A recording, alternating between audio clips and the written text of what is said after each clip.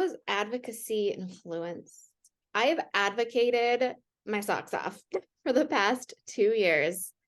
So much of, first of all, realizing there was an issue and then addressing the issue came from me because my team didn't constantly see me every day. They didn't know. And no one else is going to push for you as hard as you're going to push for yourself. So it really did become, I was calling people every single day and saying, hey, I need to get seen. I was researching my own articles and reading medical journals and sending them to my coordinator and saying, what about this? What about this?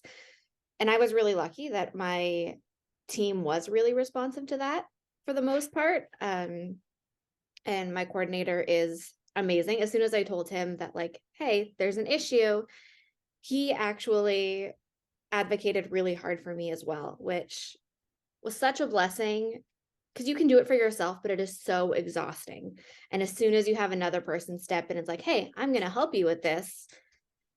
That was a huge weight off of my shoulders. And he obviously has more connections and resources than I do. And that's how I ended up getting connected with the surgeon who did my abdominal wall transplant.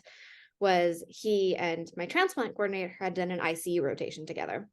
And so my coordinator was like, hey, I'm going to call up my friend. He literally sat in offices for hours saying, this patient needs to get seen. You need to get her through. But it was a lot of being relentless.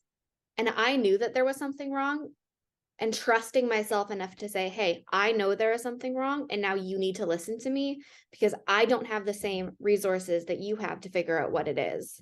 And a lot of trust came into that of I have to trust myself. And I didn't realize that that was such a big part of advocacy as well.